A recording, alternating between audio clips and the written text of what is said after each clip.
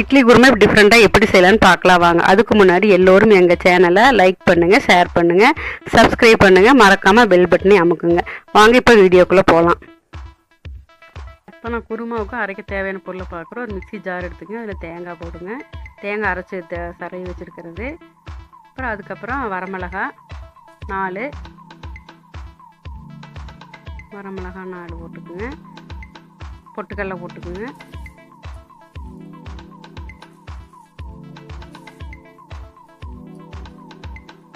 ரெண்டு கையளவு போட்டுக்கோங்க பொட்டுக்கடலையை. தேங்காய் வந்து ஒரு சின்ன மூடி எடுத்திங்கன்னா ஒரு 3/4 மூடிக்கு சரைக்குங்க. ஒரு 4 தக்காளி, அது அப்படியேவும் போடலாம், நான் கட் பண்ணியும் போட்டுக்கலாம். அதுக்கப்புறம்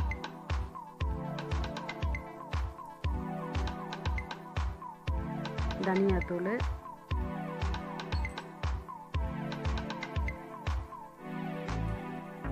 சோம்பு, மல்லி,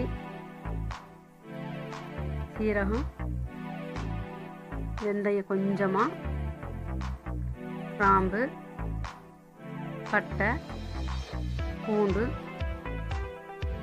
இதெல்லாம் போட்டு நல்லா அரைச்சிக்கணும். இப்போ ஒரு மூடி தேங்காய், ஒரு 100 கிராம் பொட்டுக்கடலை போட்டிங்கன்னா 10 பேர் சாப்பிட்லாம்.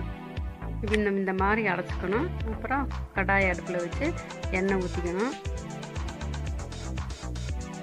இப்போ வந்து நம்ம தாளிக்கிறோம்.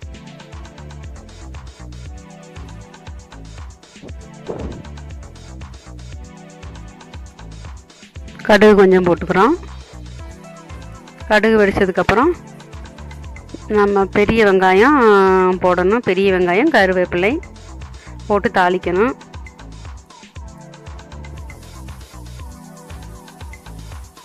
நல்லா வதங்கணும்.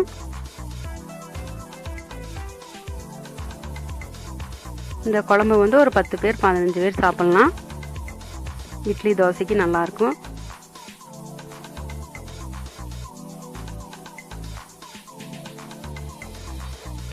கூட கொஞ்சம் சட்னி ஆட்டிக்கலாம்.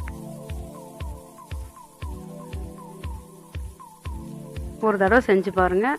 உங்கள் வீட்டில் எல்லோரும் மீண்டும் மீண்டும் இந்த குழம்பு எதை கேட்பாங்க. அவ்வளோ டேஸ்ட்டாக இருக்கும் இட்லி தோசைக்கு.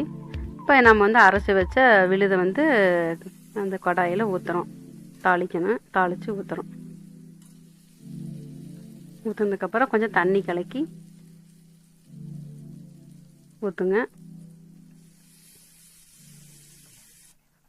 தேவையான அளவு உப்பு, மஞ்சத்தூள் கொஞ்சோண்டு, மல்லித்தழை இதெல்லாம் போட்டு நல்லா கலக்கி நல்லா பச்சை வாசம் போகிற அளவுக்கு நல்லா கொதிக்க வச்சு தேவையான அளவு தண்ணி ஊற்றிக்கிங்க. கொதிக்கிற அளவுக்கு தண்ணி வேணும். ரொம்ப கெட்டியாகவும் இருக்கக்கூடாது, ரொம்ப தண்ணியாட்டம் வேண்டாம். கொதிக்கிற அளவுக்கு தண்ணி ஊற்றிக்கிங்க. நல்லா கொதி வந்து பச்சை வாசனை போக வரைக்கும் அடுப்பில் வச்சுருங்க. இது இட்லி தோசைக்கு கலக்கலாக இருக்கும். கண்டிப்பாக உங்கள் வீட்டில் செஞ்சு பாருங்கள். இந்த மாதிரி நல்லா கொதி வரும்.